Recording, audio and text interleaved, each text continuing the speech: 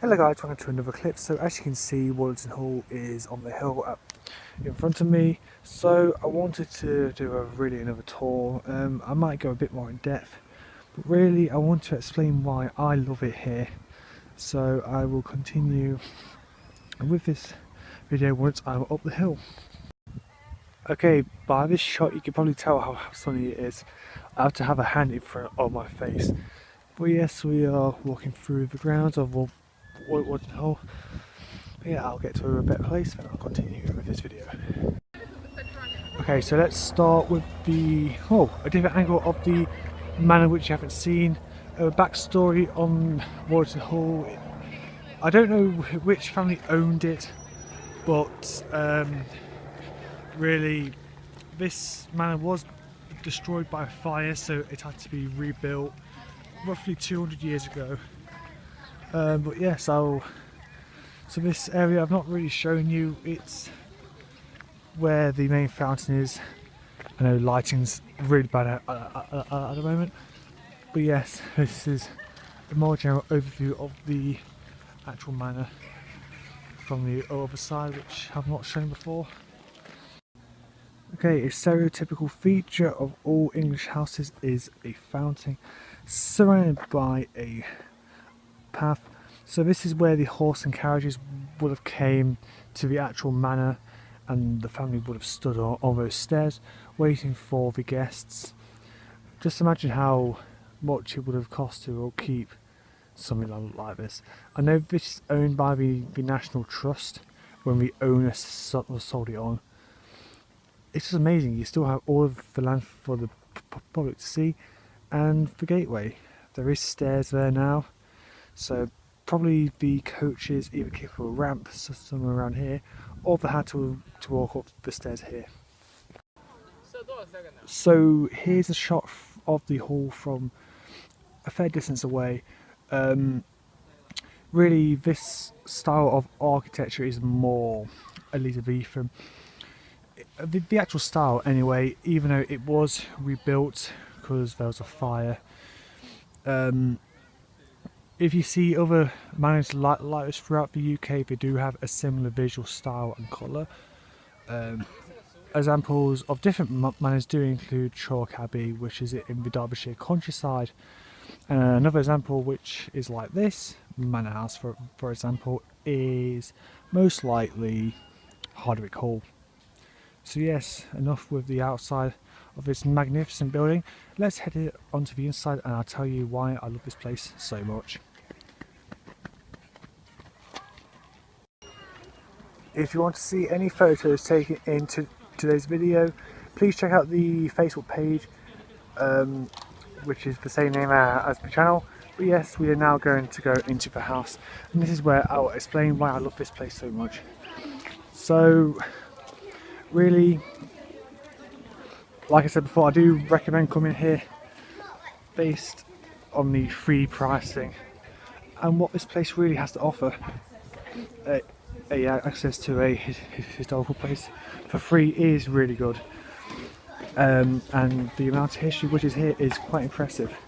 It is a museum now, as you would have seen in previous videos, hence the cannon over there and the main atrium.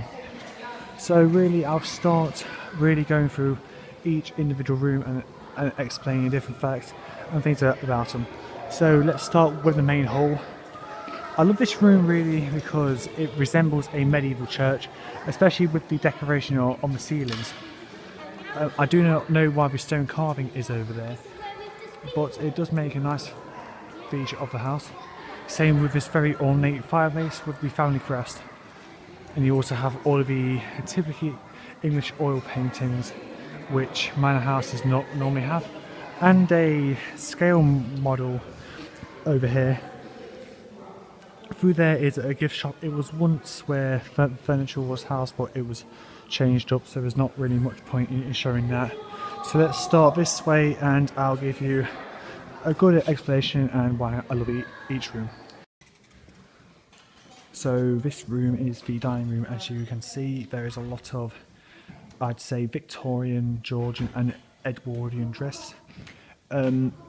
this room really gives you a impression of what it would have been like having a banquet in one of these huge stately homes. Many of these furniture pieces are original, and plus you of course have the portraits of the possible owners who would have lived here in the past, and the huge oil painting on the wall. I'm not sure if this is an original or if it's a print, but either way it is still impressive. And of course you have the tiles, which appear Georgian to me. But yeah, I love this room because it gives you a glimpse into what high society would have been like. And of course you have the exposed floorboards, which is also really nice, and the huge windows looking out onto the expansive grounds which this property owns. See what I mean by great view? Well, yes, anyway guys, as you can see there's a lot of models in this room. This room also has a medieval church vibe to it because of the panelling on the walls. Really, this room, I'm not sure of the use, but it could have been a tea room or even a small library.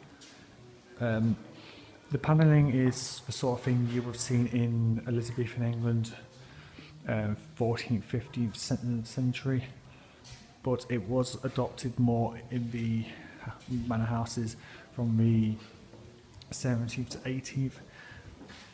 And yes, lots of models, which is quite impressive. And another feature I like, the original stone floor.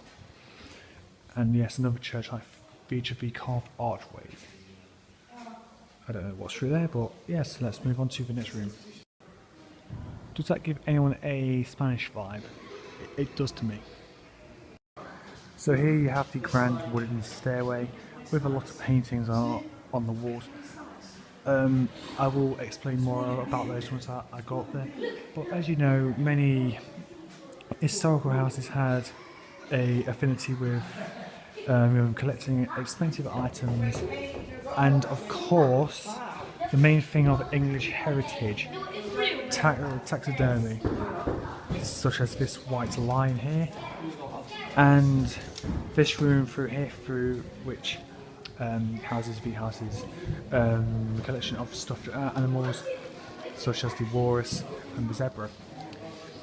I'm not a huge fan of taxidermy, but it does give you a glimpse into the English high society, and it also allows you to see animals which you may never have got a chance to see in the wild, and that's why I like this room. Yes, this camera has focusing issues, but yeah, like I say, I like this room because of the history and the chances of seeing animals which you may have never seen in the world before, like that. And I'm pretty sure I would have never seen an oxen before. So yes, and it also helps preserve extinct animals, because for example the western puma went extinct recently, so that is an awful shame. And yes, here's the second staircase. I'm not sure you're allowed up there, maybe you are because there's no rope, so I may look up there in a minute or now, because this is the end of the first floor. So let's go up here now, and it's more a traditional paper up here. You see this style of paper on the Mr. Bean show actually, so that's kind of a cool thing. We've not actually came of this way on foot before, so this is different. Another feature I like is this small window which gives you an overview of the wood and everything from the top. Yes, let's go into one of the more newer additions. So as you can see, this room has been pretty modernised to accommodate this exhibit. Nature's and more stuff, animals over here. And like it says here, taxidermy shows us the diversity of life, and that's the only reason why I like it, because you would otherwise see animals which you would never see in your own lifetime. And of course rocks. I've always been a huge fan of rocks and minerals, and and of course history and fossils.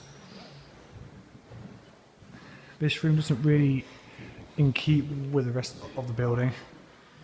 That's my only big downside about it, but what it includes is really awesome in my opinion, especially some of these minerals such as that one right there, the metallic blue, and that yellow one, and the rainbow quartz, which I actually used to own. But yes, we'll head to the next room now, and this video could possibly become 2 parts because this is going to be a long one. If you're afraid of insects, skip this next part. So I'm not sure if the manor houses or high society did collect insects such as that big spider or that, but I'm not sure, but it might have been a thing, or it's a more recent addition. I like this room because really you get to see a variety of insects which I would never approach it if they were alive. I'm not afraid of insects, it's just when they land on you, and that's when I panic. I like the fact that it retains this window right here. Also, I like to imagine what these rooms might have once been. Maybe a bedroom, or well, servants' quarters would have been above, but we don't have access to that at this point in time. Okay, so I did say I would explain more of these paintings. These seem to depict biblical scenes because the people really back in the day were more, you know, religious. These I doubt are hand painted because you wouldn't be able to touch them, even though it just sort of feels like paint to me. So you never know. I'll have to research that, and sorry for the focusing issue. This camera's terrible. Grr. Anyway, I could have seen this room being used as a ballroom base on the floor and the window placements. But really what remains here is the remnants of the dinosaur show, of the Chinese dinosaur exhibition, or what you want to call it. Because I was here when the hall hosted the dinosaur exhibition with the Chinese dinosaurs such as Mamenchisaurus. That was impressive. If you want to look at that, go back to the actual video.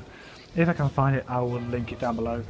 I do like that room based on the actual things that it includes. Same with this room really. More fossils. I think that's a hippo.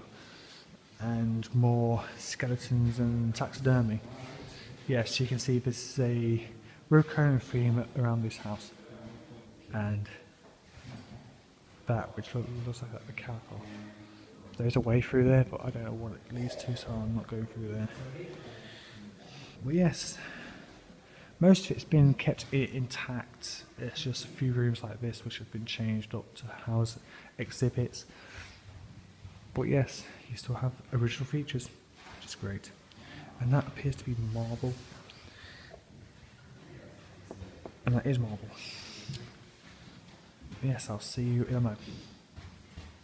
I just realised I never showed you all of this, like different shells, fossils, and whatever that is over there. There's your new friend, a massive crab.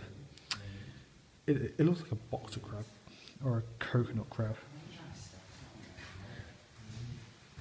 Or your friend down there, which looks like a monitor lizard. But yes, do you want that as your new pet? Let me know. Okay, the last part is the more larger exhibits, such as the giraffe over here and the actual tusks.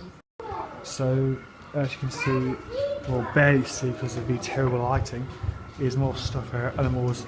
These will be from Africa, but there's not much point showing these because it's a bit too crowded. So yes, this is the round trip done. You've seen the grounds, you've seen the house, and you know why I love it here so much. It's also because I grew up here basically, where I came to my aunt's. But yes, thank you all for watching, and I'll see you in the next one. Peace.